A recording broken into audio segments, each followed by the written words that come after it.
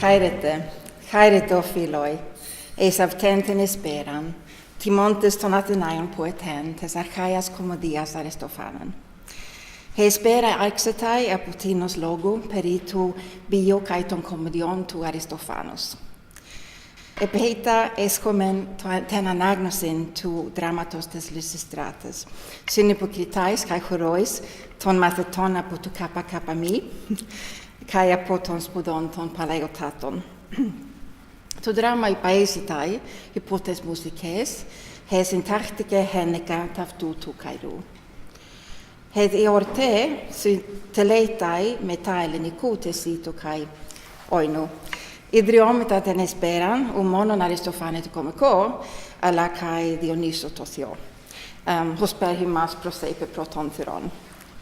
Doxazometa, ο τόπος εσυστάει το Διανυσιακόν θέατρον Αθένεσιν εν το έτε εκοστό του πολέμου μεταξύ των Αθηναίων και των Λακεδαιμονίων. Welcome, friends, to an evening honoring the Greek old comedy playwright Aristophanes. The evening will begin with a lecture on the life and comedies of Aristophanes, followed by reading of the drama Lysistrata with actors and choruses of students from CCM and Classics. The drama is accompanied by music composed for this occasion. The festival concludes with Greek food and wine, sort of.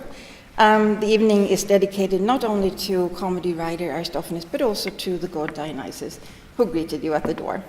Let us imagine that the place would be the theater of Dionysus in Athens in the 20th year of the war between the Athenians and the Spartans.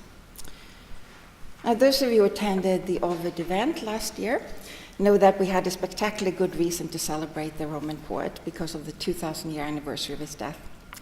We're not celebrating an anniversary this time. Aristophanes' years were around 446 to 386 BCE. We don't know exactly. The play in focus tonight, Lysistrata, was first performed in 411. The years of the Peloponnesian War that forms the backdrop to the play were 431 and the final defeat of the Athenians in 404. A reason for celebrating Aristophanes is instead his perhaps most famous play, Lysistrata, with its strong and intelligent female protagonist in the year of the woman in contemporary America, with record numbers of women being elected to Congress, governorships, and state legislatures, and with so far 6 women running for the presidency for the first time in US history, which certainly is also something to celebrate. And it's Women's History Month as well.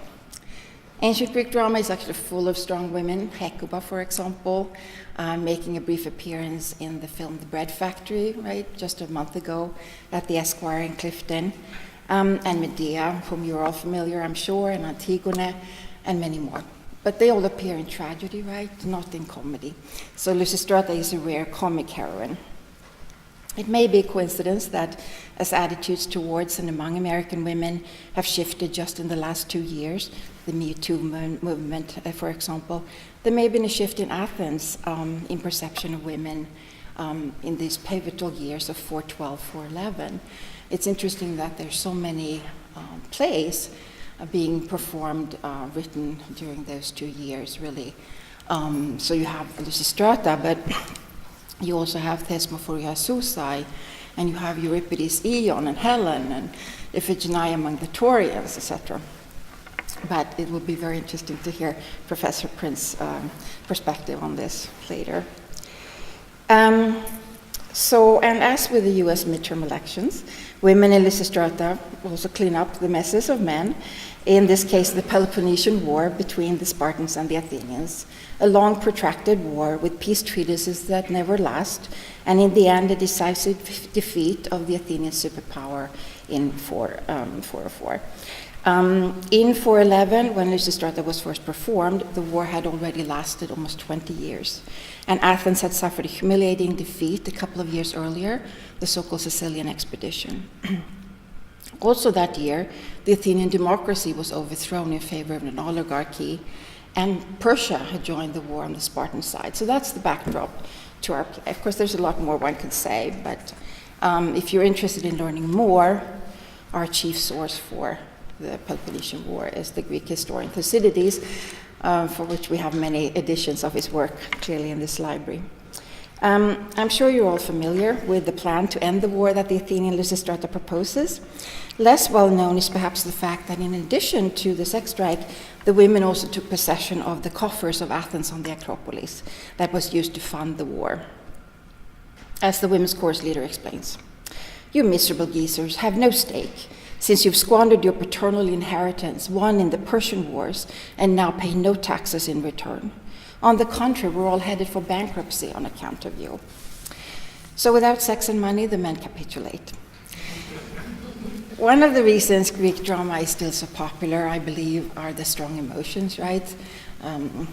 Joy, grief, love, hate, life and death struggles to which we can all relate to, regardless of time or cultural context being different. But what is not familiar to us is its form, right?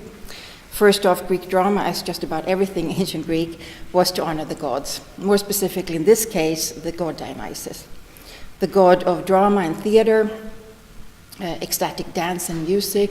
His epithet at the theater was Eleftherios, the liberator from norms and civilized behavior, but also from the drudgery of everyday life. And just like the Roman Bacchus, he was also a god of wine and fertility. So Greek drama was performed during religious festivals for Dionysus. In this case, probably the so-called Lenaia or Lenaia in ancient Greek festival in Athens. And there were competitions, which is also quite different from modern drama.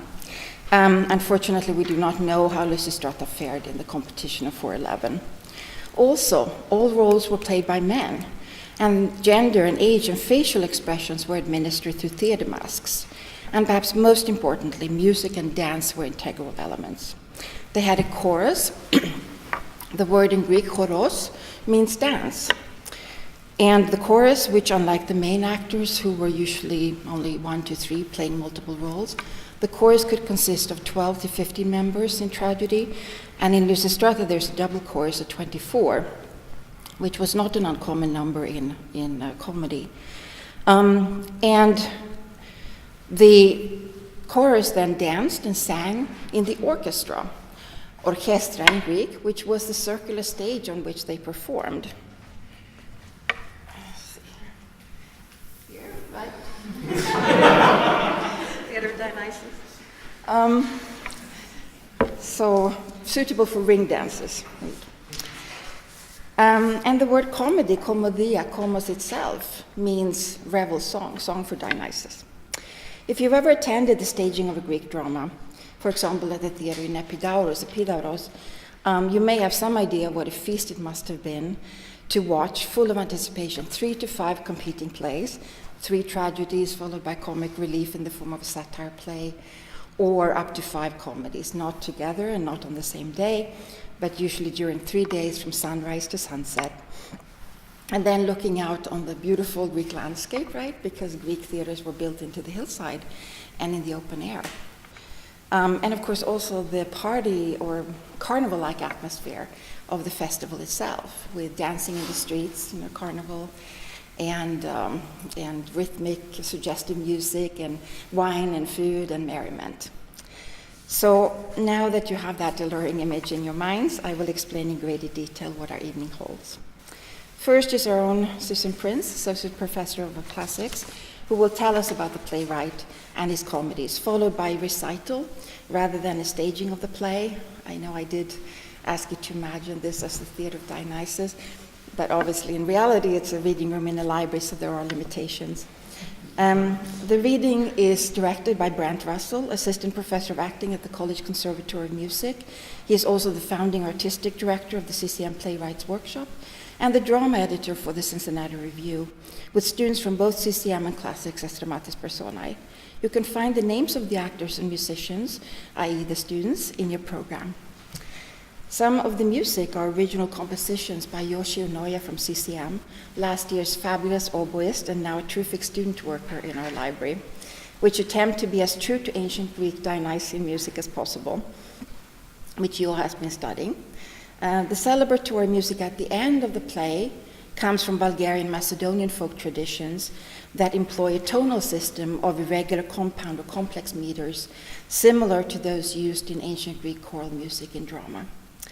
The instruments used are intended to closely resemble the sounds of the double flute, the aulos, and percussion such as cymbals, tambourines, timpana, and castanets, and other noisy instruments used in Dionysian processions, as Lysistrata complains in reference to the initial absence of women from her assembly, that if the women had been invited to a revel for Dionysus, they'd be jamming the streets with their tambourines. For experts on Lysistrata, I will tell you that Professor Prince and I, especially Professor Prince, have edited the play for length. Also, the kind of comedy Aristophanes wrote, referred to as Old Comedy, is very different from the perhaps better known Roman comedy, which was more slapstick or with word puns and stock characters, such as, for example, Shakespeare used in his Comedy of Errors. Old Attic comedy, at least as represented by Aristophanes, was more sophisticated, right? Often social commentary and especially political satire, with politicians and cultural personalities of the time being lampooned. So there are names and places referred to, as well as words and phrases alluding to other plays or authors that may not be well known to everyone. So some of those have been removed also for the sake of comprehension. Also the divisions of parados, agon, parabasis, exodus, so many of the choral passages have been replaced with instrumental music. We're not necessarily all singers, and dancing would be difficult in this small space, so we ask that you use your imagination. Obviously, you have to use a lot of imagination because our actors will not all be men, and we won't be using theatrical masks, and we're not looking out on a, Greek landscape either. Or, although I guess, you can see the Acropolis. You can look at that, the Acropolis there. Right. Those of you who have read Plato's Symposium know that Aristophanes was one of the guest participants, and of whom Socrates says, Aristophanes o peri Dionyson kai Aphroditen passa he diatribe. That his entire way of life concerned Dionysus, that is theater and wine, and Aphrodite, that is passionate love. Right? So speaking of passionate love, Aristophanes did not shy away from profane language or obscenities, even scatological toilet humor, which kind of belies what I said earlier about the sophistication of Aristophanes, but Professor Prince, I think, will explain that part. But the obscenities are faithfully reproduced by Jeffrey Henderson, whose Loeb translation we are using. So we've also removed some of the most offensive vocabulary.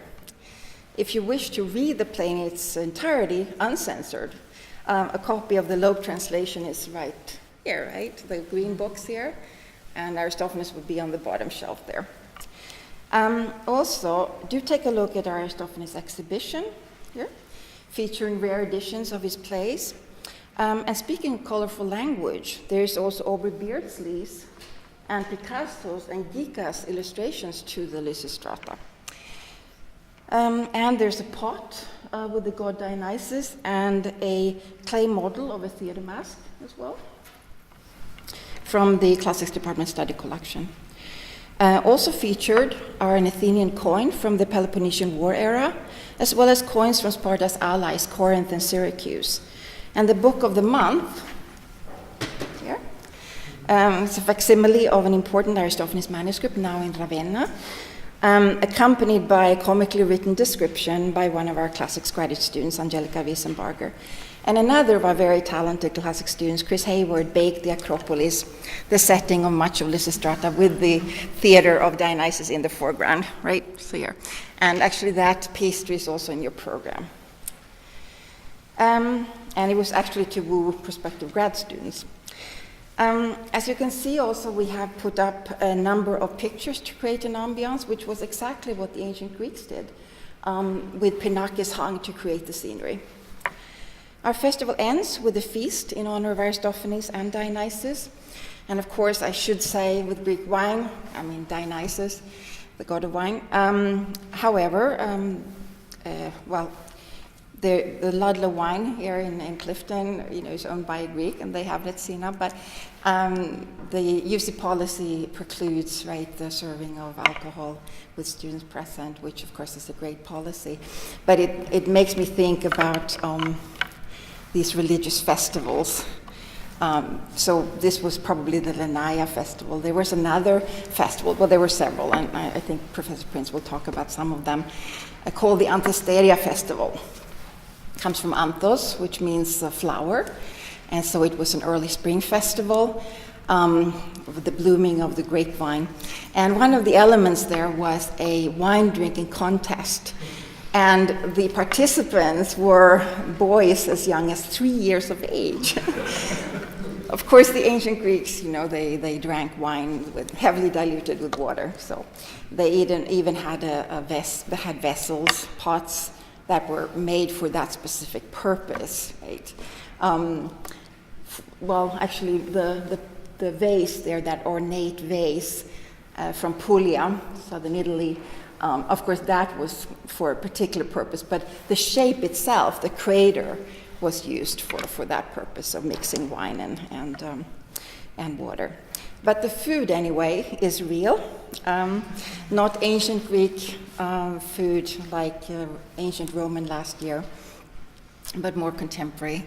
So spanna copita and baklava and sort of choriatiki, American style. But anyway, some of the food is not American style, it is Greek style, actually homemade by a young Greek woman from the Greek Orthodox community here in Cincinnati. So we hope that will taste as authentic as possible. And of course, this is fine because, right, Monday was also Greek Independence Day and the Annunciation of the Theotokos, so we can celebrate that too, right, with modern Greek food as well. So there's not much more for me to say then before Professor Prince's presentation, other than, and I wish that there was a video recording from 411 or any Dionysian celebration to guide me in how to say this.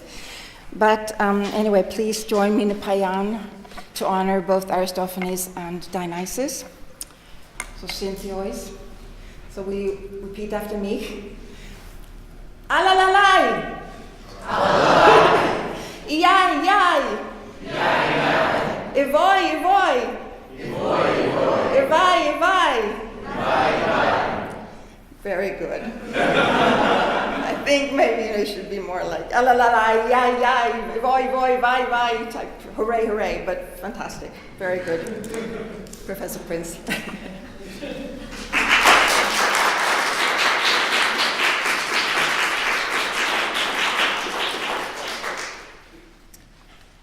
I'd like to thank Rebecka Lindau for organizing this evening's event, and thank you all for coming.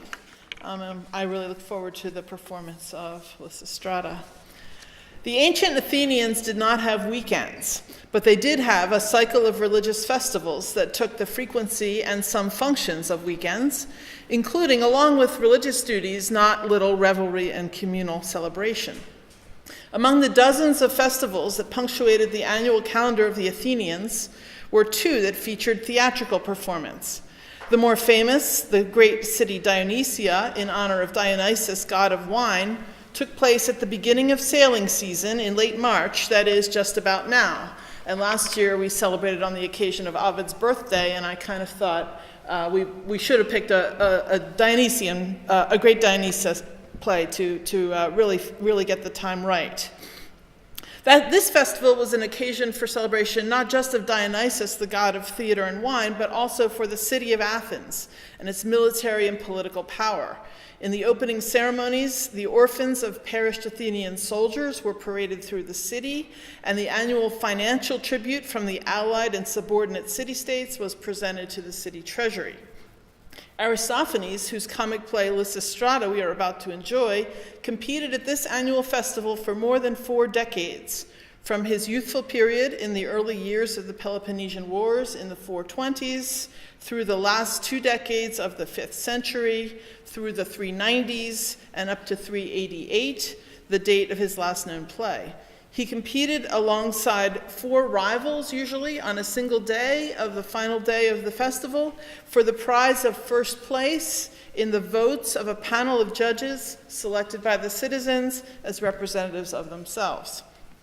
As it happens, tonight's play, Lysistrata, was performed in 411 BCE, probably not at the city Dionysia. We don't actually know for sure, but that's the common opinion, but at the smaller festival in January, the Linnaean festival, also celebrated in honor of Dionysus at the time of the grape harvest. But its premise and plot, the power of women to control the political actions of the city of Athens, whose constitution restricted political participation to male citizens, including participation in the choruses of plays such as these, must have been on Aristophanes' mind for the whole of that winter and spring. His play for the city Dionysia, 411, approximately 2 months later, The Women of the Thesmophoria, or Thesmophoria Zeusai, takes up similar themes, as the all-women's collective governs itself in a manner that mirrors and spatially replaces, for a short time, the political body of the men. As Rebecka has said, turmoil was in the air in 411 BCE, and by the autumn of that year, the Democratic Assembly of Athens had been persuaded to vote itself out of existence and grant its sovereignty to a council of elites based on wealth. As the historians among us will know, the oligarchic reform of 411 was never fully implemented as intended. The real oligarchic coup came 7 years later after Sparta had defeated Athens in the war. But the plotting, intrigue, faction, and external alliances that characterized the year 411-410 can only have made the war with the Spartans, now ongoing intermittently for 2 decades, seem more costly and less important than ever before. Aristophanes' contribution to the discussion, such as it is, combines fantastic premises with social stereotypes to address this topical problem, all for the main purpose of celebration, city unity, humor, and pursuit of first prize. Unfortunately, we do not know how Aristophanes fared with this play, Lysistrata, in the Linnaean Festival of 411, since the text of this play was transmitted in the medieval manuscripts without full didascalia or prefatory information about the outcome of the contest. But we do have lots of information about Aristophanes' successes in general and his competitive edge. By the time of the Roman Empire, some 500 years after his lifetime, Aristophanes was uniquely remembered as the foremost poet of Old Comedy, as his genre came to be called, and a selection of his plays alone survived through the Byzantine period to be transmitted to the Western European Renaissance and preservation by the printing press. Aristophanes emerged from a field of contemporary rivals for whom we have 58 other names, which is not to exclude the possibility that even more poets, whose names we do not know, were competing year by year, just to be among the 5 whose play would be selected for production at city expense at one of the great city festivals.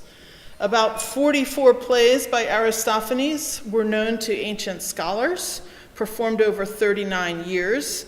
11 of these survive today. In addition, some of these plays were revised and reproduced by his son after his death, and one play, The Frogs, according to some accounts, won Aristophanes a special wreath of olive branches for its message of political reconciliation and the singular honor of a second performance during his own lifetime. Aristophanes entered the comic world with a bang in 427 BCE when his very first play, The Banqueters, which does not survive, was awarded second place at one of the festivals, we don't know which. He was in his early 20s, and in the 8 years leading up to this victory, no new poet had taken any prize, is named in the didascalia that survive. Aristophanes produced 11 or more plays in the 7 remaining years of the 420s, taking at least 6 prizes, including both first and second place in the Linnaean Festival of 423, where he entered one play under the name of another playwright and produced the other himself. His won second, and the other guys won first. These were the years of the so-called Archidamian War, the first phase of the Peloponnesian Wars, and Aristophanes was already taking up themes of peace, reconciliation, and critique of Athenian cultural institutions.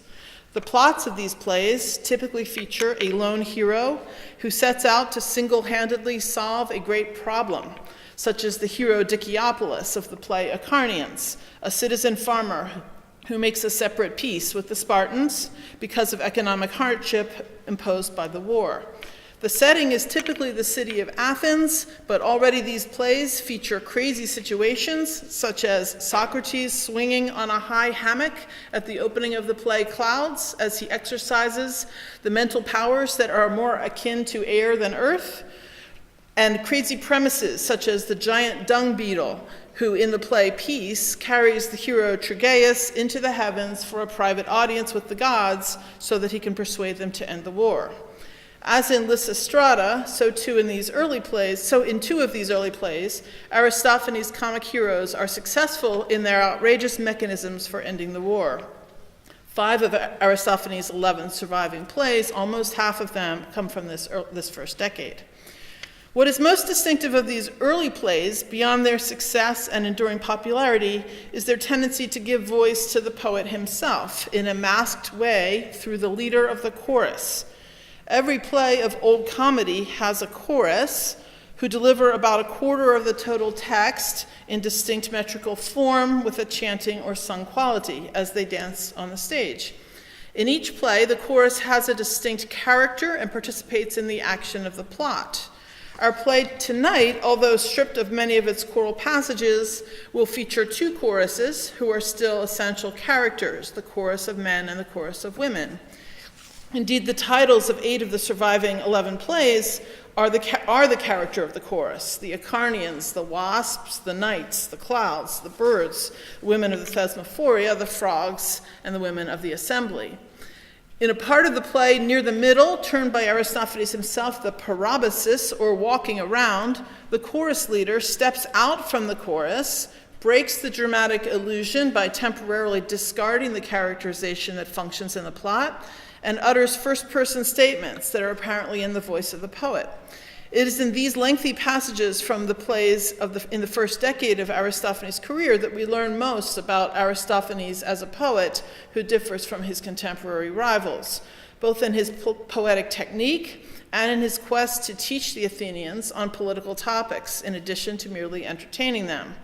According to these claims, Aristophanes renounces the pyrotechnic stage tricks and other sensationalism that others use and puts his investment in the language and thought itself.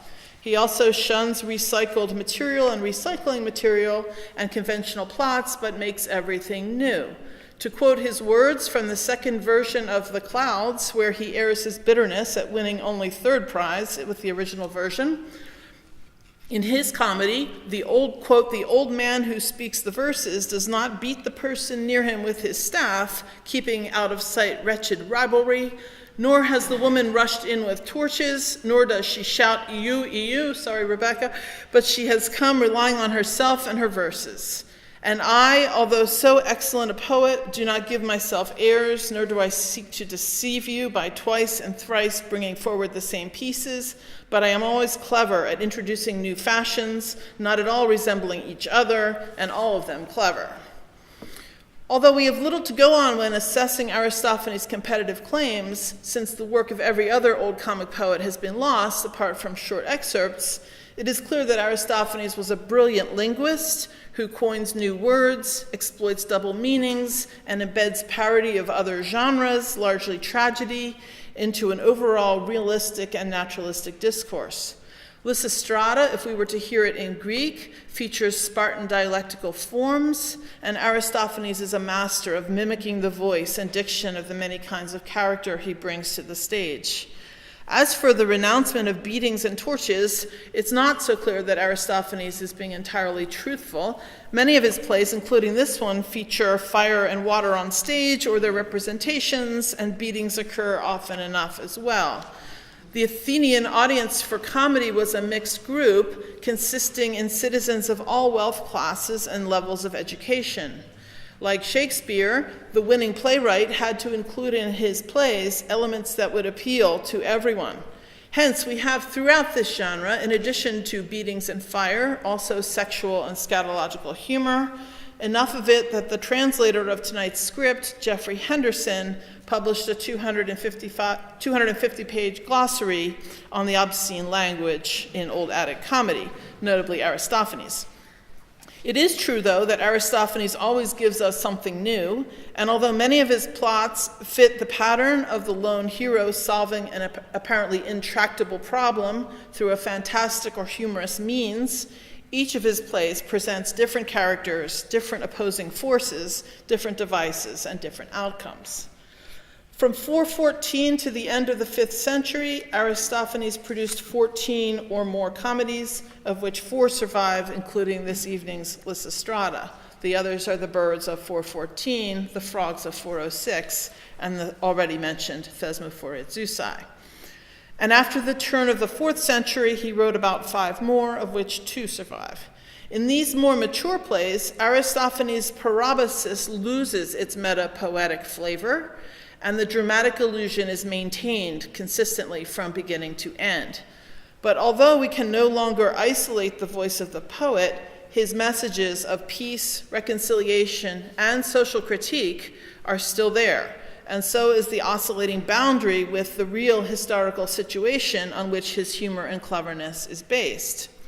Aristophanes' 3 so-called women plays come from this later period of his career, and although it has been common among many scholars to downplay the importance of gender as a political topic in its own right, since the fantasy of women taking power can seem comparable to the fantasy of flying to the gods on a dung beetle or building a new city of cloud cuckoo land in midair, as do the heroes of the play Birds, and the presence of women in dramatic plots might be just another tool that is good to think with or fun to be funny with, Aristophanes' persistent interest in teaching the Athenians and connections to real topics have led some to take Lysistrata and his other 2 women plays as a kind of proto-feminist discourse.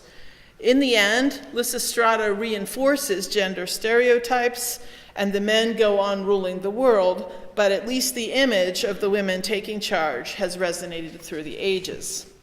The character Lysistrata, the title character and comic hero of this evening's performance, is commonly held to be modeled on a real-life Athenian woman, Lysimachie, who in 411 was the priestess of Athena Polias, or Athena of the city, and held office for 64 years.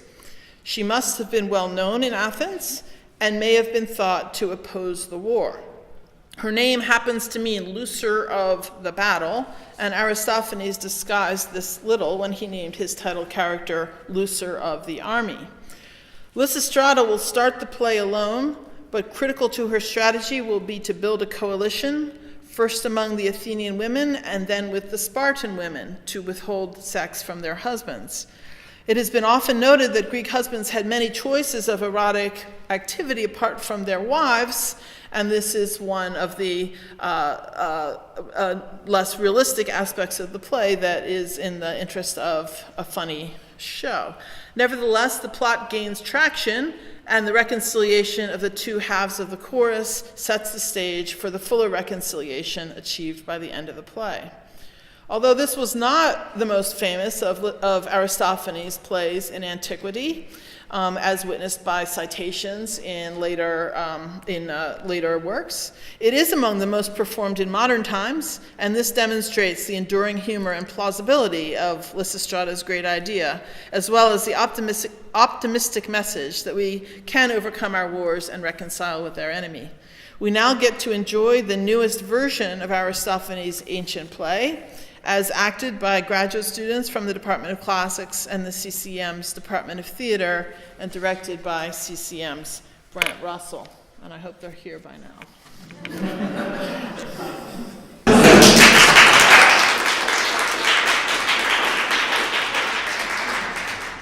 going to take a while, so keep it up, keep it up.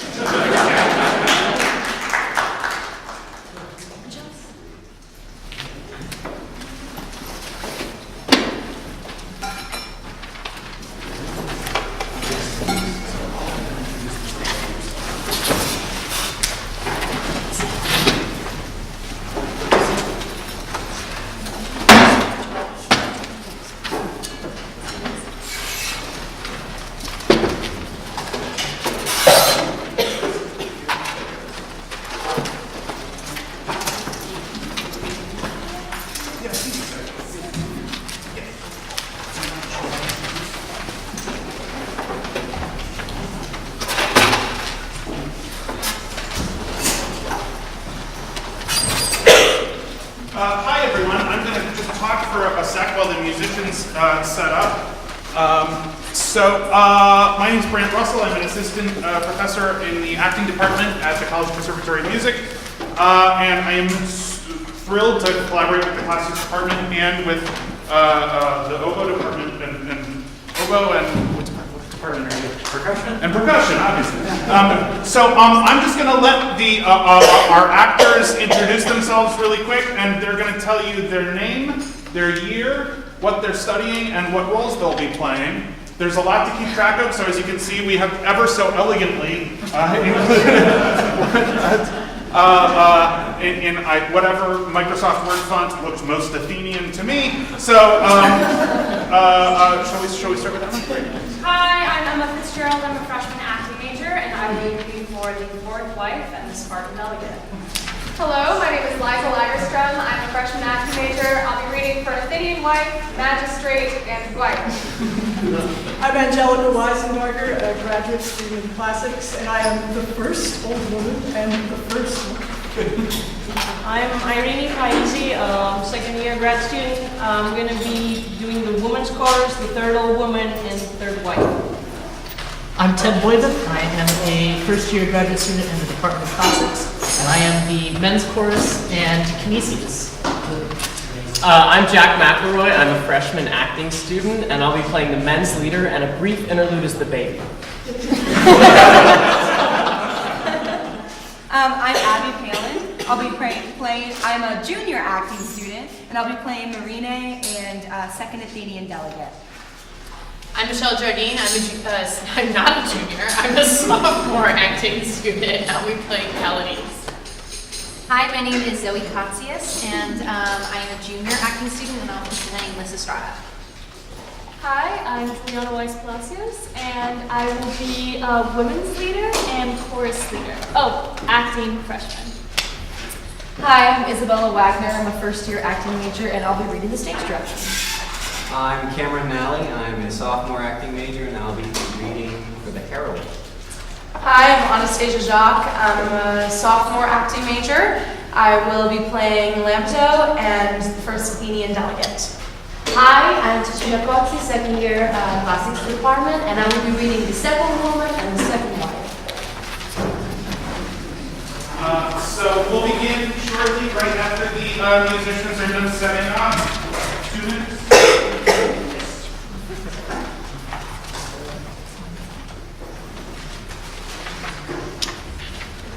How are you all doing today?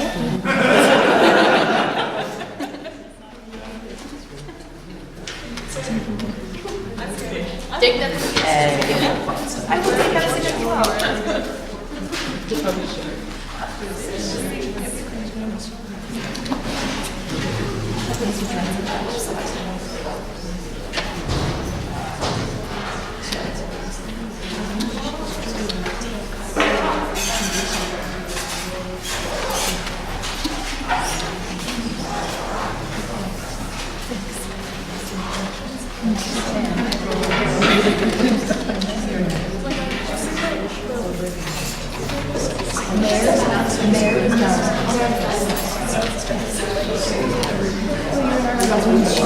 That's so good.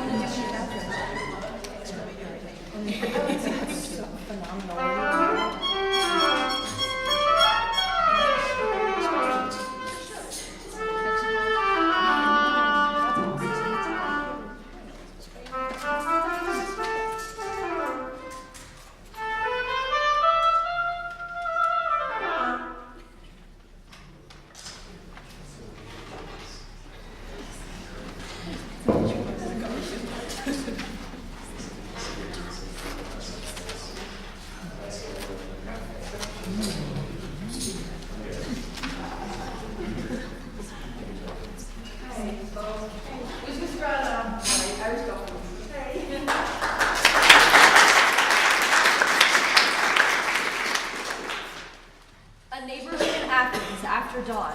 The scene building has a large central door and two smaller flanking doors. From one of these, Lysistrata emerges and looks expectantly up and down the street. Now, if someone had invited them to a revel for Bacchus or to Pan's shrine, the streets would be impassable, what with their tambourines. But as it is, there's not a single woman here. Except that my neighbor here is coming out. Good morning, Calanice. And you, Lysistrata, what's bothering you? Don't frown, child. Knitted brows don't become you. But my heart's on fire, Calanice, and I'm terribly annoyed about us women.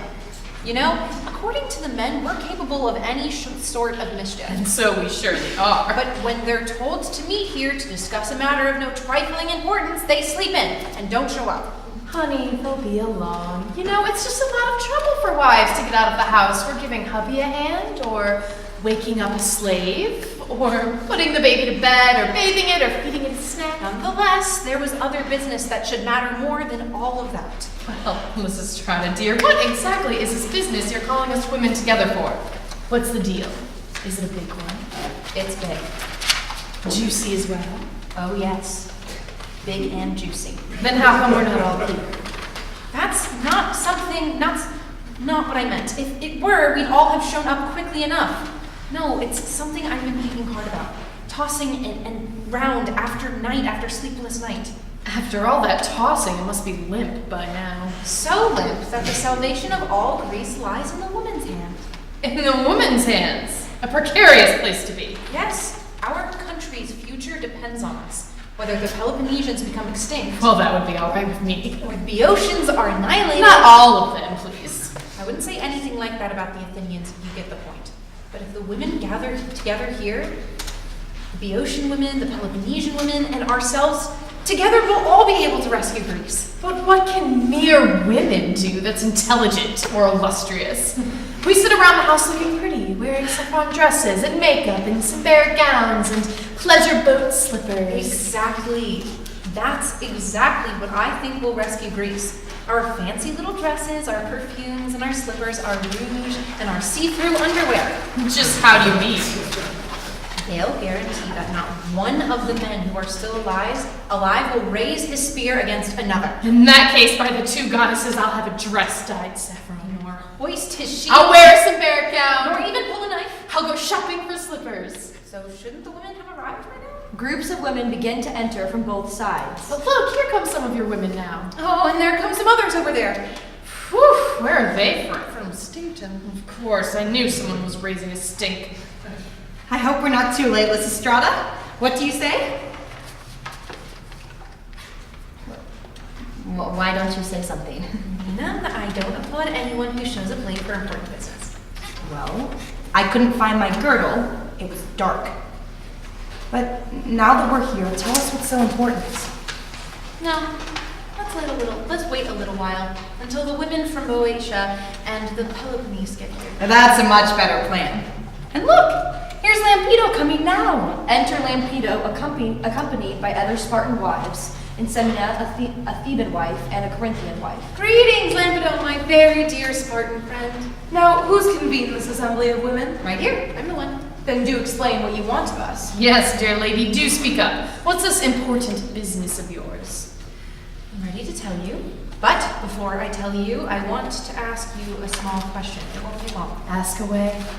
Don't you all pine for your children's fathers when they're off at war? I'm sure that every one of you has a husband away from home. My husband's been away 5 months, my dear, at the Thracian front. And mine's been at Pylos 7 whole months. And mine, whenever he does come home from the regiment, is soon strapping on a shield and flying off again. Well, if I could devise a plan to end the war, would you be ready to join me? By the two goddesses I would, even if I had to pawn this dress and on the very same day drink up the proceeds. As for me, I'd cut myself in two like a flounder and donate half to the cause. And I would climb to the summit of Taygetus if it could catch sight of peace from there. Oh, here goes then. No need to beat around the bush. Ladies, if we're going to force the men to make peace, we're going to have to give up. Give up what? Tell us! We'll do it then. Well, we'll do it even if it means our death. All right. We're going to have to give up lovemaking. Why are you turning away from me? Where are you going? Why are you all pursing your lips and shaking your heads? What means your altered color and tearful droppings? Will you do it or not? What are you waiting for? Count me out and let the war drag on. Me too, by Zeus. Let the war drag on. This from you, Miss Flounder? Weren't you saying just a moment ago that you cut yourself in half?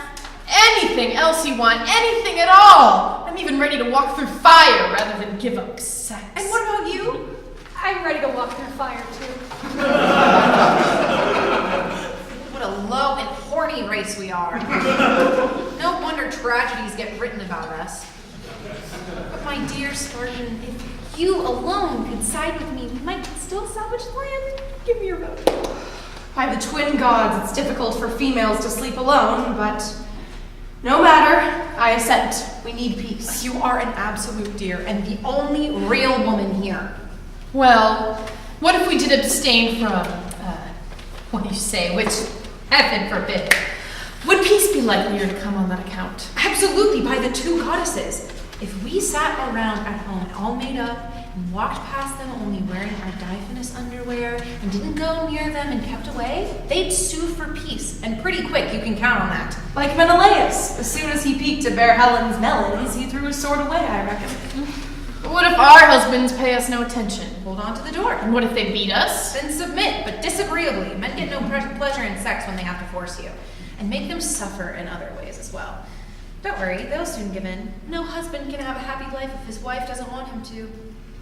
Well, if the two of you agree to this, then we agree too. And we will convince our menfolk to keep a completely fair and honest peace. But how can anyone keep your Athenian rabble from acting like lunatics? Don't worry, we'll handle that persuasion on our side. Not so, as long as your battleships are under canvas and your goddess's temple has a bottomless fund of money. No, that's also been well provided for. We are going to occupy the Acropolis this very day. The older women are assigned that part. While we're working out our agreement down here, they'll occupy the Acropolis pretending to be up there for sacrifice. Sounds perfect. Like all the rest of your proposals. Why not ratify them immediately, Lampeto, by taking an oath so that the terms will be unbreakable? Unveil the oath and we'll all swear on it. Well said. Where's the Scythian girl? A Scythian girl comes out of the scene building with a shield. What are you talking at? Put that shield down in front of us. No, the other way. And someone give me the servings. Lysistrata, what kind of oath are you planning to make us swear? What kind? The kind that they say Aeschylus once had people swear, slaughtering an animal over a shield. Lysistrata, please don't take any oath about peace over a shield. Then what kind of oath will it be? What if we got a white stallion somewhere and cut a piece off him? White stallion, get serious. Well, how are we going to swear? If you'd like to know, I can certainly tell you. We put a big black wine cup hollow up right here. We slaughter a magnum of Thasian wine into it, and we swear not to pour any water into the cup. I can't find words to praise that oath. Someone go inside and fetch a cup and a magnum. The Scythian girl takes the shield inside and returns with a huge wine bottle and cup. Dearest ladies, what a jumbo jug! Just touching this could make a person merry. Hands off! Now, all join me in laying hands upon this board. Mistress Persuasion and Cup of Fellowship graciously receive this sacrifice from the women. She opens the bottle and pours wine into the cup. Oh, the blood's a good color and spurts out nicely. It smells good too, by Castor. Ladies, let me be the first to take this oath. Hold on, by Aphrodite, not unless you draw the first lot. Now, all of you, lay your hands upon the cup. You too, Lampeto. Now, one of you, on behalf of you all, must repeat after me the terms of the oath, and the rest of you will then swear to abide by them. No man of any kind, lover or husband, no man of any kind, lover or husband, shall approach me with a hard-on. Speak up! Shall approach me with a hard-on. Oh God, my knees are buckling. Lysistrata. At home in celibacy shall I pass my life. At home in celibacy shall I pass my life. Wearing a saffron dress all dolled up. Wearing a saffron dress and all dolled up. So that my husband will get as hot as a volcano for me. So that my husband will get as hot as a volcano for me. But never willingly shall I surrender to my husband. But never willingly shall I surrender to my husband. If he should use force to force me against my will. If he should use force to force me against my will. I will submit coldly and not move my hips. I will submit coldly and not move my hips. I will not raise my Persian slippers towards the ceiling. I will not raise my Persian slippers towards the ceiling. If I live up to these vows, may I drink from this cup. If I live up to these vows, may I drink from this cup. But if I break them, may the cup be full of water. But if I break them, may the cup be full of water. So swear you one and all? So swear we all! All right then, I'll consecrate the cup. Only your share, my friend. Let's make sure we're all on friendly terms from the very start. After they drink, a joyful cry of women is heard off stage. What's that hurrah? It's just as I was telling you before. The women have occupied the Acropolis and the goddess's temple. Now, Lampedo, you be off and see to your end of the bargain, but leave these women here with us as hostages. Exit Lampedo. Meanwhile, let's go inside with the other women on the Acropolis and help bar the gates. But don't you think the men will quickly launch a concerted counterattack on us? I'm not worried about them. They can't come against us with enough threats or fire to get these gates open, except on the terms that we've agreed on. No, they can't, so help me, Aphrodite! Otherwise, we women wouldn't deserve to be called rascals you can't win a fight with. All exit into the central door of the scene building, which henceforth represents the Acropolis gates.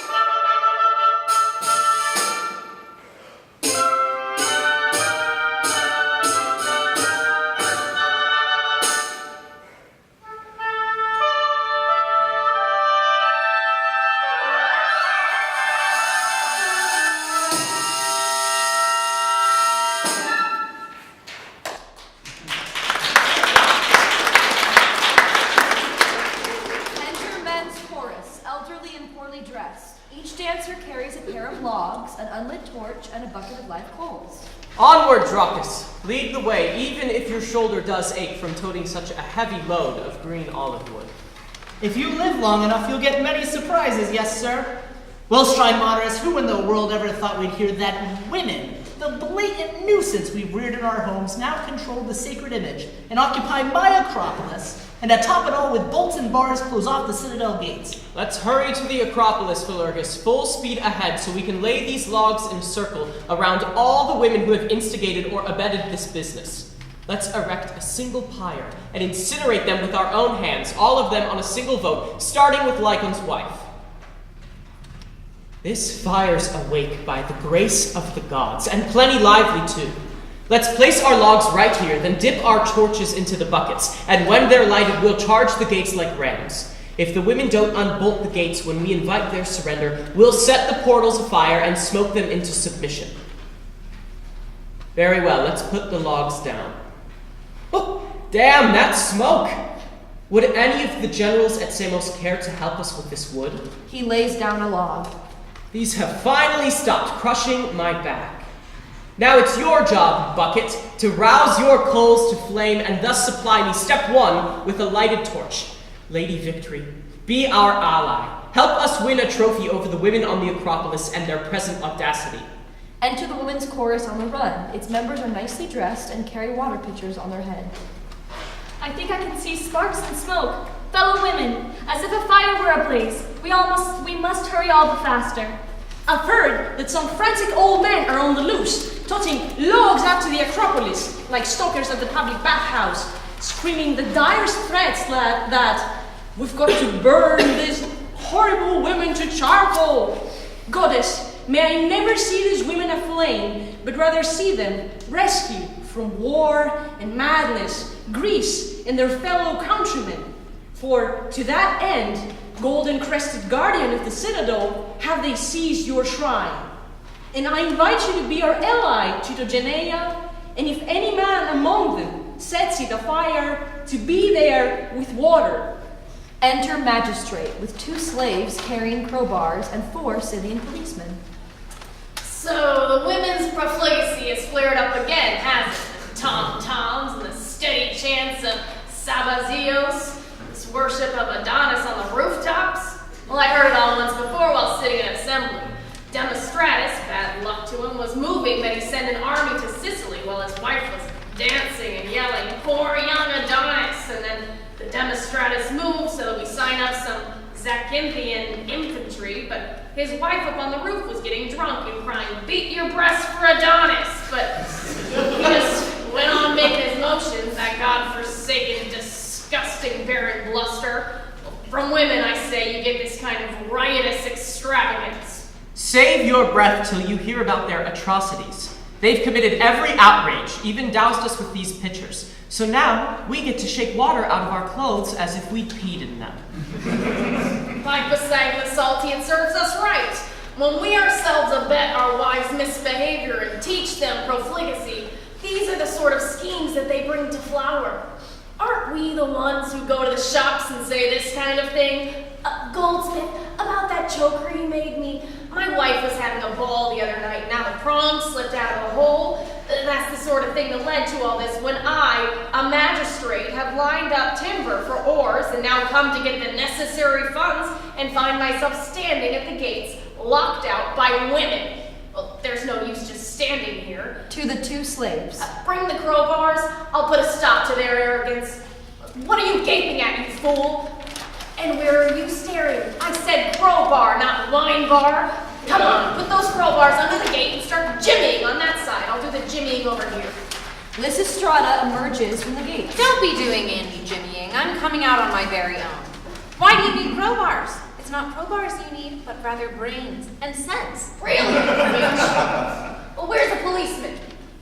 Grab her and tie both hands behind her back. One of the policemen advances on Lysistrata. If he so much as touches me with his fingertip, more public servant that he is, so help me Artemis, he'll go home crying. The policeman retreats. Are you scared? You there, help him out. Grab her around the waist and tie her up on the double. A second policeman advances on Lysistrata. Enter first old woman from the gates. If you so much as lay a hand on her, so help me Pandrosos, I'll beat the shit out of you. Beat the shit out of me. Well, where's another policeman? Tie her up first, the one with the dirty mouth. A third policeman advances on Lysistrata. Enter second old woman from the gates. If you raise your fingertip to her, so help me, Our Lady of Light, you will be begging for an icon. What is going on? Where's the policeman? A fourth policeman advances on Lysistrata. Arrest her! I'll foil at least one of these sallies of yours. Enter third old woman from the gates. If you come near her, so help me Eastern Artemis, I'll rip out your hair until you scream.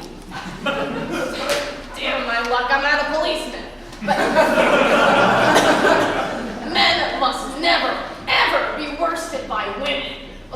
Form the ranks, Scythians, let's charge them. The 4 policemen prepare to charge. By the 2 goddesses, you'll soon discover that we also have 4 squadrons of fully armed combat women, waiting inside. Scythians, twist their arms behind their backs. Women of the reserve, come out double time! Enter the old women. Forward, you spawn of the marketplace, you soup and vegetable mongers! Forward, you landladies, you hawkers of garlic and bread! Tackle them, hit them, smash them, call them names, the nastier the better! The policemen run away, howling. That's enough, withdraw. Don't strip the bodies. Old women re-enter the Acropolis. How awful! What a rout of my archer troops! Well, what did you expect? Did you think that you were going up against a bunch of slave girls? Or did you think that women like golf? Oh yes, there's plenty of that, provided there's a wine bar nearby. You've little to show for all your talk, magistrate of this country. What's the point of fighting a battle of words with beasts like these? Don't you comprehend the kind of bath they've given us just now, when we were still in our clothes and without soap to boot? Well, sir, you shouldn't lift a hand against your neighbor just anytime you feel like it. And if you do, you're gonna end up with a black eye. You see, I'd rather be sitting modestly at home like a maiden, bothering no one here, not stirring a blade of grass. But if anyone annoys me and rifles my nest, they'll find a wasp inside. Men's chorus enters. Oh, Zeus, how on earth shall we deal with these monsters? This is past what I can bear. Now it's time to investigate this incident along with me. What they thought they were doing when they occupied Cranaeus' citadel and the great crag of the Acropolis, a restricted holy place. Now, question her and don't give in. Cross-examine everything she says. It's scandalous to let this sort of behavior go unchallenged. Here's the first thing I'd really like to find out from them. What did you hope to gain by putting our Acropolis under lock and key? To keep the money safe, and to keep you from using it to finance the war. We're at war on account of the money, is it? Yes, and that's why everything else got messed up too. It was for the opportunities to steal that Pisander, and the others who aimed to hold office were always fomenting some kind of commotion. So let them keep fomenting to keep their hearts content. They'll be withdrawing no more money from this place. But what do you plan to do? You're asking me that? We'll manage it for you. You'll manage the money? What's so strange about that? Don't we manage the household finances for you already? That's different. How so? These are war funds. But there shouldn't even be a war. Well, how else are we to protect ourselves? We'll protect you. You? Yes, us. What brass? You'll be protected whether you like it or not. You're going too far. Angry are you? It still must be done. By Demeter, you've got no right. You must be saved, dear fellow. Even if I don't ask to be? All the more so. How come you're concerned with war and peace anyway? I'll tell you. We'll make it snappy unless you want to get hurt. Listen then, and try to control your fists. I can't. I'm so angry I can't keep my hands to myself. Croak those curses at yourself, old bag. You, start talking. Gladly. Before now, and for quite some time, we maintained our decorum and suffered in silence whatever you men did, because you wouldn't let us make a sound. But you weren't exactly all we could ask for. No, we only knew too well what you were up to. And many a time we'd hear in our homes about a bad decision you'd made on some great issue of state. Then, masking the pain in our hearts, we'd put a smile on and ask you, how did the assembly go today? Any decision about a rider to the peace treaty? And my husband would say, what's that to you? Shut up! And I'd shut up. I wouldn't have shut up. If you hadn't shut up, you would have got a beating. Well, that's why I did shut up. Then. But later on, we began to hear even worse decisions you'd made. And then we would ask, husband, how come you're handling this so stupidly? And right away, he'd glare at me and tell me to get back to my sewing. War shall be the business of menfolk, unquote. He was right on the mark, I say. How could he be right, you sorry fool, when we were forbidden to offer advice even when your policy was wrong? But then, when we would begin to hear you in the streets openly crying, there isn't a man left in the land, and someone else saying, God knows there isn't, not a one. After that, when we women decided to lose no more time and to band together to save Greece, what was the point of waiting any longer? So, if you're ready to listen in your turn as we give you good advice, and to shut up as we had to, we can put you back on the right track. You put us? Outrageous! I won't stand for it. Shut up! Me shut up for you? A damned woman with a veil on your face, no less? I'd rather die. But the veil is a problem for you. Here, take mine, it's yours. Put it on your head and then shut up. Now, hitch up your clothes and start sewing. Chew some beans while you work. War shall be the business of womenfolk. Rouse yourselves, women, away from those pitchers. It's our turn to pitch in with a little help from our friends. Oh yes, I'll dance with unflagging energy. No toilsome effort will weary my knees. I'm ready to face anything with women as courageous as these. They've got character, charm, they've got intelligence and heart that's both patriotic and smart. Now, most valiant of prickly mommies and spiky grannies, attack furiously and don't go mushy. You're still running with the wind. Eros, the sweet soul, and Cyprian Aphrodite imbue our thighs and breasts with desire and infect the men with a sensuous rigidity and bouts of truncheonitis, then I believe all Greece will one day call us disbander of battles. For what achievement? If, to begin with, we can stop people from going to the market fully armed and acting crazy. Happy and Aphrodite be praised. At this very moment, all around the market, in the pottery shops and the grocery stalls, they're walking around in arms like Korobans. I say a man's gotta act like a man. Oh, but it's totally ridiculous when a man with a Gorgon blazoned shield goes shopping for sardines. Amen. I saw a long-haired fellow, a cavalry captain on horseback, buying porridge from an old woman and packing it into his brass hat. And another one, a Thracian, was shaking his shield and spear like Tereus. He scared the fig lady out of her wits and gulped down all the ripe ones. So, how will you women be able to put a stop to such complicated international mess and sort it all out? Very easily.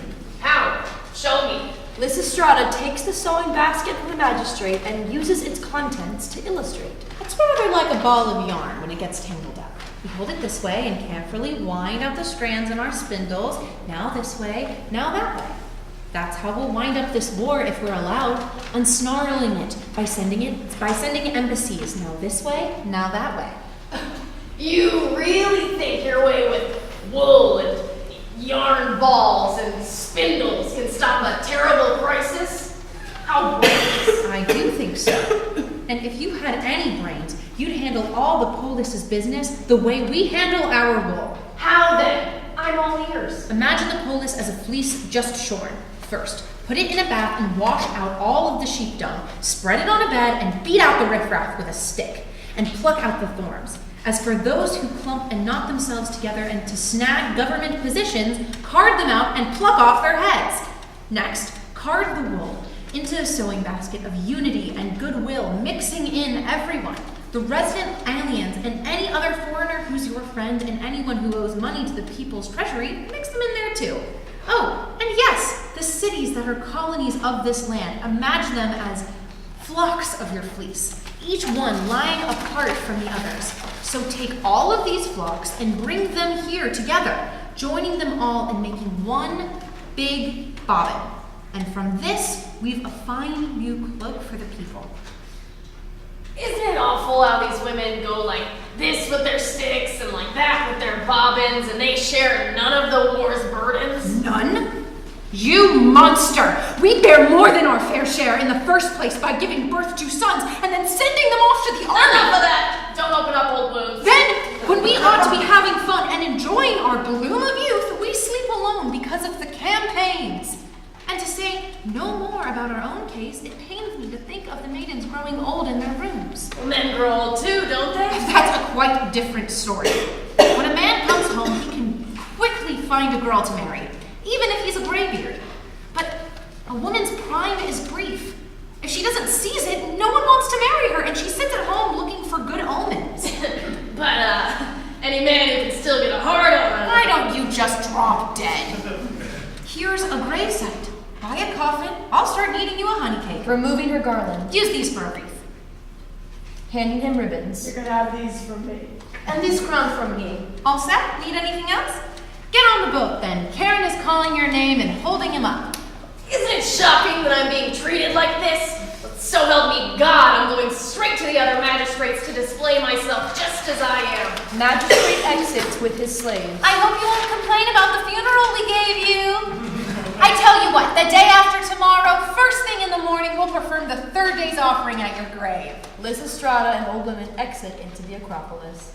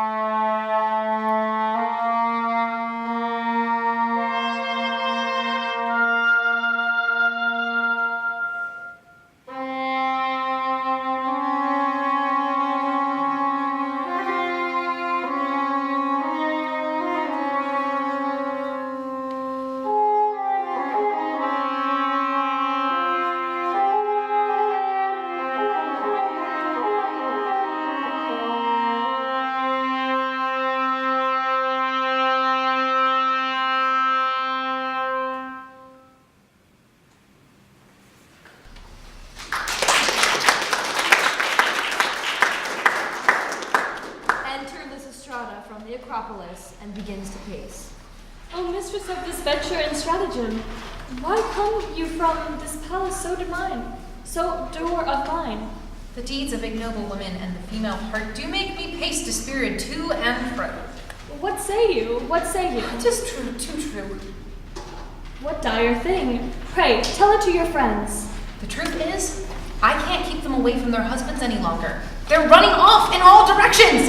The first one I caught was over there by Pan's Grotto, excavating the hole. Yet another one was trying to escape by clambering down the pulley cable. And yesterday, another one mounted a sparrow and was about to fly off to Orskilis's house when I pulled her off by her hair. They're coming up with every kind of excuse to go home. First wife rushes from the Acropolis. Hey you, what's your hurry? I want to go home. I've got some Milesian woolens in the house, and the moths are chomping them all up. Oh, moths indeed. Get back inside. By the two goddesses, I'll be right back. Just let me spread them on the bed. Don't you spread anything or go anywhere. So I'm supposed to let my woolens be wasted? If that's what it takes. Second wife rushes from the Acropolis. Oh my god, my flax. I forgot to shuck it when I left the house. Oh, here's another one to offer to shuck her flax. March right back there. By Our Lady of Light, I will be back in a flash. Just let me do a little shucking. No. No shucking. If you start doing it, some other wife will want to do the same. Third wife rushes from the Acropolis. Oh, Lady Halithea, hold back the baby till I can get to a more profane spot. What are you raving about? I'm about to deliver a child. But you weren't pregnant yesterday. But today I am. Please, Lysistrata, send me home to the midwife right away. What's the story? It's a boy. By Aphrodite, it's obvious you've got something metallic and hollow under there. Let's have a look. Ridiculous girl! You're big with the sacred helmet, not with child. But I am with a child, I swear. Then what were you doing with this? Well, if I began to deliver here in the Citadel, I could get into the helmet and have my baby there, like a pigeon. What kind of story is that? Excuses! It's quite obvious what's going on. You'll have to stay here till your helmet has its naming day. But I can't even sleep in the Acropolis ever since I saw the snake that guards the temple. Fourth wife rushes from the Acropolis. And what about poor me, listening to the owls go woo woo all night is killing me? You naughty girls, enough of your horror stories. I guess you do miss your husbands, but do you think they don't miss you? They're spending some very rough nights, I assure you. Just be patient, good ladies, and put up with this only a little while longer. All exit into the Acropolis.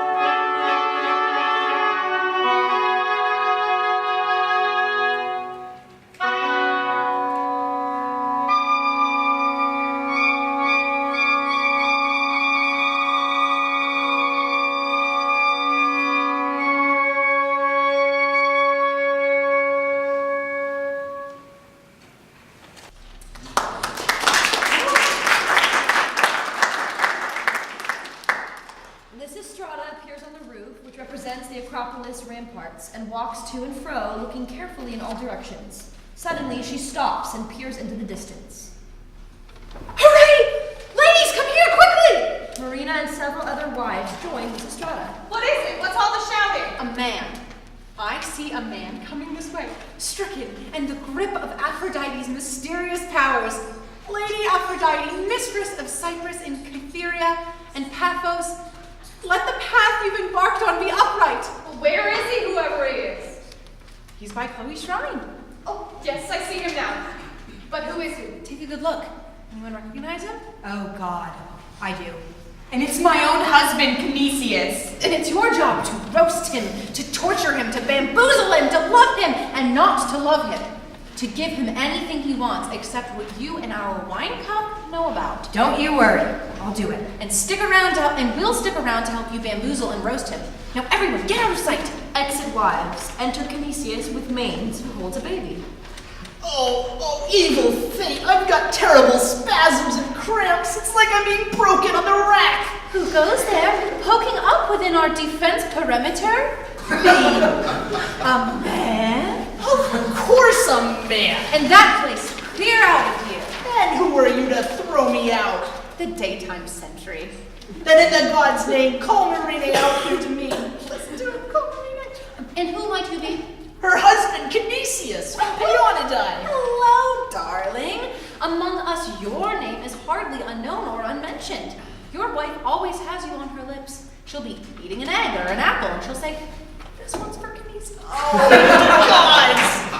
Aphrodite, be my witness. And whenever the conversation turns to men and your wife speaks right up, she says, "Compared with Canisius, all the rest are trash." Come on now, call her out. Got anything for me?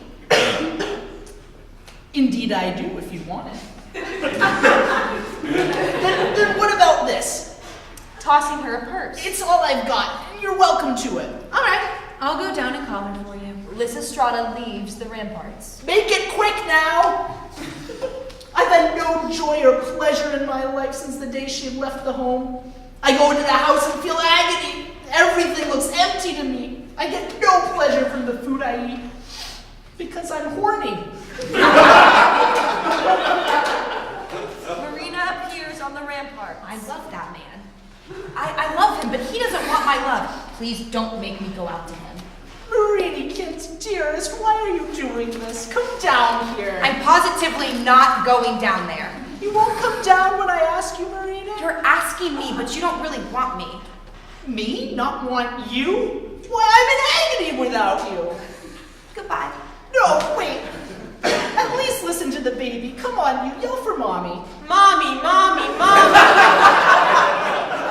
Hey, what's wrong with you?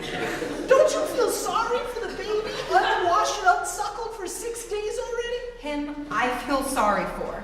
Too bad his father doesn't care about him.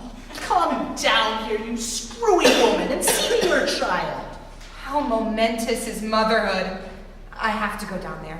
Marina disappears from the roof. What choice do I have? Yes, she seems much younger than I remember. There's a sexier look in her eyes. And the way she acted prickly to me, very stuck up, that's exactly what makes me want her even more. Enter Marina from the Acropolis gates. Oh, my sweetie, my bitty baby that's got such a bad father. Let me give you a kiss, mommy's little dearest. What do you think you're doing? Naughty girl. Listening to those other women and giving me a hard time and hurting yourself as well? Don't lay your hands on me. You know you've let our house, your things and mine become an utter mess. It doesn't bother me. It doesn't bother you that the hens are pulling your woolens apart? Not a bit. And what a long time it's been since you've celebrated Aphrodite's holy mysteries. Won't you come home? I certainly will not. Not until you men agree to a settlement and stop the war. All right, if that's what's decided, then that's what we'll do.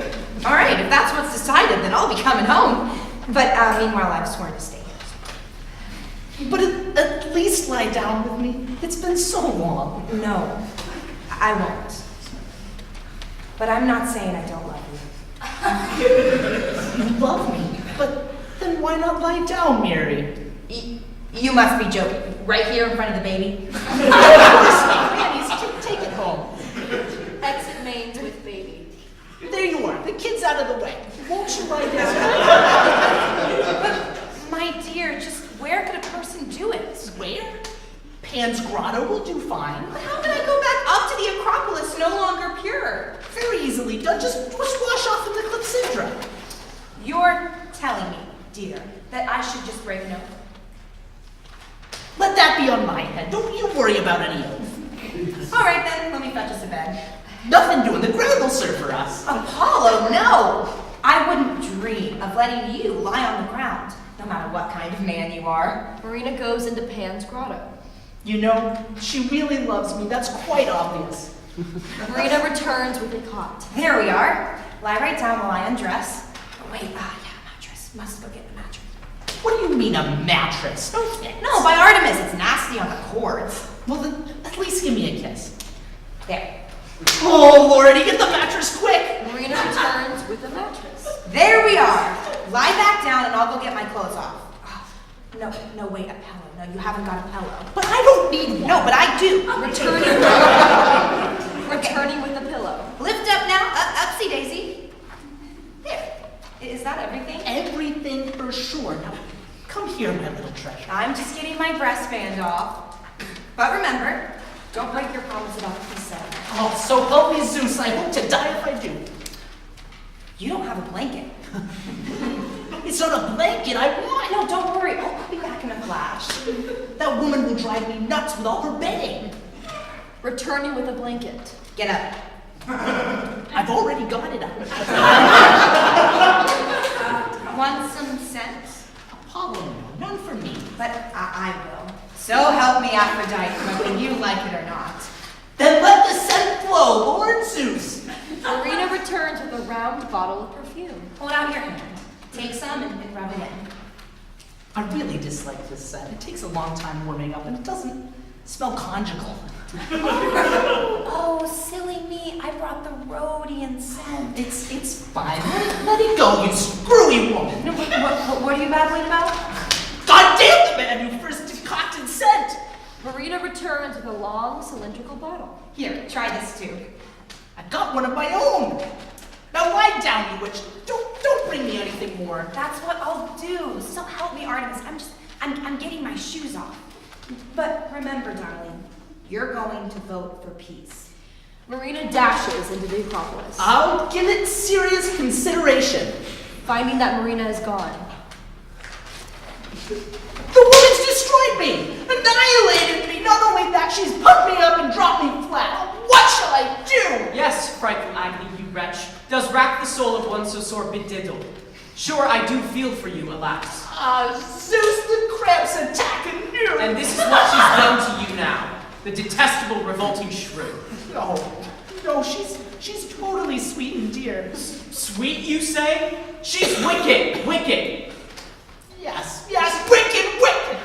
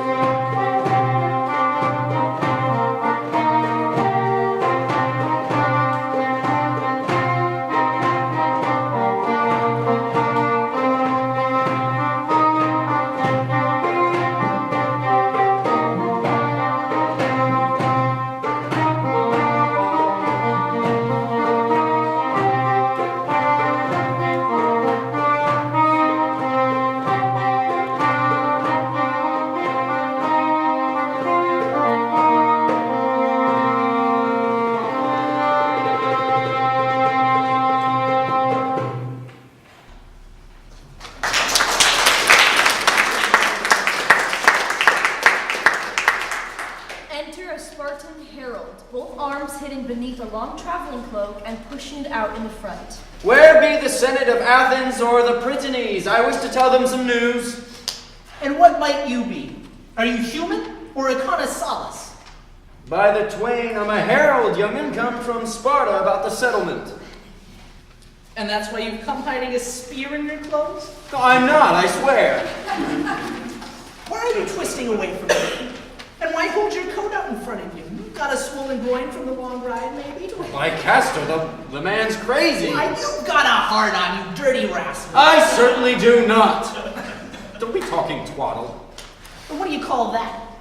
A Spartan walking stick. And this is a Spartan walking stick, too. Listen, I know what's up. You can be straight with me. How are things going in Sparta? All Sparta rises, and our allies all have hard-ons. We need Palana. Who caused this calamity to befall you? Was it Pan? No, the one who started it, I reckon, was Lampeto, and then the other women in Sparta all together, as from a starting gate, excluded the men from their pork pies. So how are you faring? We're hard up. We walk around town hunched over like men carrying lamps. The woman won't let us even touch their cherries till all of us unanimously agree to make peace with the rest of Greece. So this business is a global conspiracy by all the women. Now I get it. Very well. You go back to Sparta as quick as you can and tell them to send delegates here with full powers to negotiate a treaty. And I'll arrange for our council to choose their own ambassadors. I'll fly. Your advice is capital. Harold and Synesius exit in opposite directions.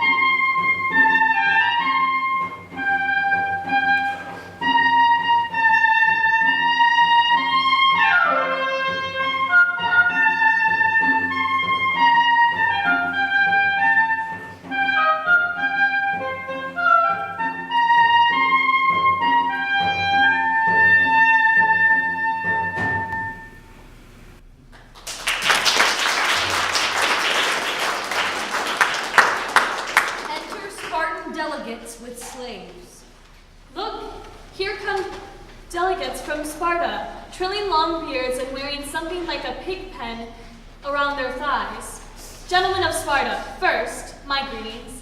Then tell us, how are you faring? What's the use of wasting lots of words? It's plain to see how we're faring. They opened their coats. Wow, this condition has grown terribly tense and looks to be inflamed worse than before. Unspeakable! What can one say? Just let someone come and make peace for us on any terms he likes. Enter Athenian delegates. Look, now I see native sons holding their cloaks away from their bellies too, like men wrestling. Looks like a bad case of prickly heat. Who can tell us where Lysistrata is? Because we men are present, and palpably so. They opened their coats. Their conditions seem to jibe with the others. Now, does this cramping seize you in the wee hours? Yes, and what's worse, we're born absolutely raw by being in this condition. By the twain gods it is indeed. Come on, let us put our cloaks back on. Greetings, Spartans. We've had a terrible time. Dear colleague, we've had a fearful time. Those men saw us fiddling with ourselves. Come on then, Spartans. Let's talk details. What is the purpose of your visit? As delegates for settlement. Very good to hear it. That's what we are too. So why don't we invite Lysistrata, since she's the only one who could reconcile us? Sure, by the twain gods, and Lysistratus too, if you like. Enter Lysistrata from the Acropolis gates. Well, it seems we needn't invite her. She must have heard us, for here she comes herself. Hail, bravest of all women. Now you must be forceful and flexible, high class and vulgar, haughty and sweet, a woman for all seasons, because the head men of Greece, caught by your charms, have gathered together and are jointly submitting all their disputes to you for arbitration. Well, it's not a hard job. You can catch them when they're hot for it, not testing each other for weaknesses. I'll soon find out. Where's reconciliation? Enter reconciliation, costumed as a naked girl from the Acropolis. Take hold of the Spartans first and bring them here. Don't handle them with a rough or hectoring hand, or ignorantly, the way our husbands used to handle us. But use a wife's touch, like home sweet home. Spartan delegate refuses to give her his hand. If he won't give you his hand, lead him by his weenie. The Spartan delegate complies. Now go and fetch those Athenians too. Take hold of whatever part they offer and bring them here. Reconciliation escorts the Athenians to Lysistrata's right. Spartans, stand close to me, and you Athenians stand on this side. Now listen to what I have to say. It's true that I'm a woman, but still I've got a mind. I'm pretty intelligent in my own right, and because I've listened many a time to the conversations of my father and other elders, I'm pretty well educated too. Now that you are my captive audience, I'm ready to give you the tongue lashing you deserve, both of you. You two sprinkled altars from the same cup, like kinsmen, at Olympia, at Thermopylae, at Pytho. How many other places could I mention if I had to extend the list? Yet when enemies are available with barbarian armies, it's Greek men and Greek cities you're determined to destroy. That takes me through one of my arguments. My desire is bursting out of my skin and killing me. Next, Spartans. I'm going to turn to you. Don't you remember when Paralades, the Spartan came here once and sat at the altar as a suppliant of Athenians, pale in his scarlet uniforms, begging for troops? That time when Messenia was up in arms against you and the god was shaking you as an earthquake? When Cimon went with 4,000 infantrymen and rescued all of Sparta? After being treated that way by the Athenians, you're now out to ravage the country that's treated you well? They're guilty as can be, Lysistrata. Do you think I'm going to let the Athenians off? Don't you remember how the Spartans, in turn, when you were dressed in slaves' rags, came with their spears and wiped out many Thessalian fighters, many friends and allies of Hippias? That day when they were the only ones helping you to drive him out? And how they liberated you and replaced your slaves' rags with a warm cloak as suits of free people?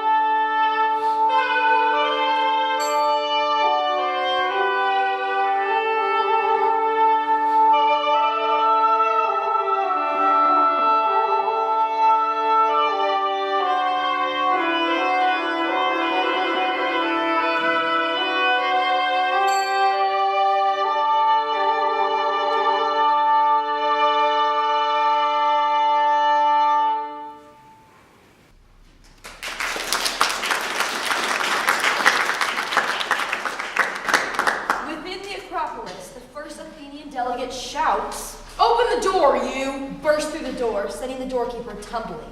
You should have got out of the way. Other Athenians emerge. You there! Why are you sitting around? Want me to singe you with this torch? What a stale routine. I refuse to do it. Well, if it's absolutely necessary, we'll go the extra mile to do you all a favor. Chases the slaves with his torch. And we'll help you go that extra mile. Scram you. You'll cry for your hair if you don't. Yeah, scram, so the Spartans can come out after their banquet without being bothered. The slaves are chased off. I've never seen such a party. The Spartans were very charming, and we were superb company ourselves over the drinks. That figures, because when we're sober, we get unhinged. If the Athenians will take my advice from now on, we'll go out on our diplomatic missions drunk. As it is, when we go to Sparta sober, we at once start looking for ways to stir up trouble. And so when they say something, we don't hear it. And when they don't say anything, we read things into that. And we each come away with different reports of the same discussions. But this time, everything was agreeable. When somebody sang Telamon, when he should have been singing Cleodagora, we'd applaud him and even swear up and down that the slaves approach. Hey, those slaves are back again. Get lost, you wit fodder. They chase the slaves away. Well now, here they come out of the gates. Enter Spartan delegates from the Acropolis. Their leader carries bagpipes. Grab the pipes, my good man, and I'll dance a two-step and sing a fine song for the Athenians and ourselves. Gods above, do take the pipes. I just love to watch you people dance. Memory, speak to this lad your own muse, who knows about us the Athenians, about that day at Artemisium when they spread sail like gods against the Armada and defeated the Medes, while we were led by Leonidas like wild boars we were, yes, gnashing our tusks, our jaws, running streams of foam in our legs too. The enemy outnumbered the sands on those shores, those Persians. Goddess of the wilds, come this way, virgin goddess, to join in the treaty and keep us together for a long time. Lysistrata escorts the Athenian and Spartan wives from the Acropolis. Well, now that everything else has been wrapped up so nicely, it's time for you Spartans to reclaim these wives of yours, and you Athenians, these here. Let's have husband stand by wife and wife by husband. And then, to celebrate our great good fortune, let's have a dance for the gods. And let's be sure never again to make the same mistakes. Bring on the dance, include the Graces, and invite Artemis and her twin brother, the benign healer, and the Nysian, whose eyes flash Bacchic among his maidens, and Zeus, alight with flame, and the thriving lady his consorts, and invite the divine powers we would have as witnesses to remember always this humane peace which the goddess Cyprus has fashioned.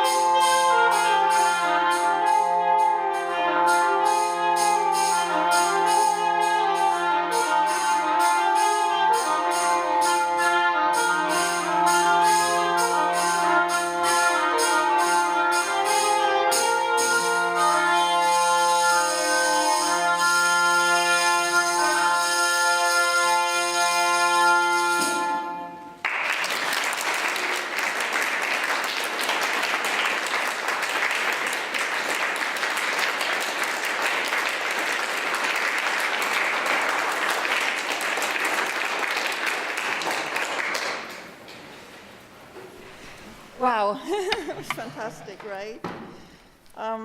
So thank you to all our participants. I was very impressed with the actors and the classicists. I mean, you know, they haven't taken acting classes, so fantastic. And the incredible musicians, my goodness. And Yo Shionoya, the director.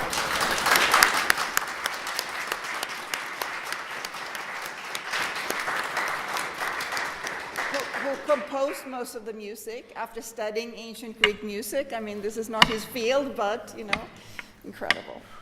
Anyway, and thank you so much also Susan Prince for a fantastic lecture, and Brant Russell for incredible direction, just fantastic. Thank you all for coming. I also wish to thank President Pinto for kindly tweeting about the event. It was very nice. As last year, I will end with a quote from our celebrant Aristophanes, which offers a nice segue between the piece our heroine and the other women accomplished, Teneirenen echumen antiton polemon, and the Dionysian feast in which we are to partake. It's from a comedy for which we have only fragments, Hoi Georgoi, the farmers. Eirene bathiplute kai sevgarion boikon. Eigari moi pausameno tu polemo. Genot skapsai tapoklasai te kailus ameno dielkusai testrigos. Arton liparon kai rafanon fagonti. Peace so rich in wealth and my team of oxen, would it were my lot to rest from war and dig my garden, prune my vines, and take my bath and live this simple life, dining on bread with olive oil and wine and lentils. So now that I have whetted your appetite, please join us in the lobby for some Hellenic delectables. And thank you again for fantastic evening.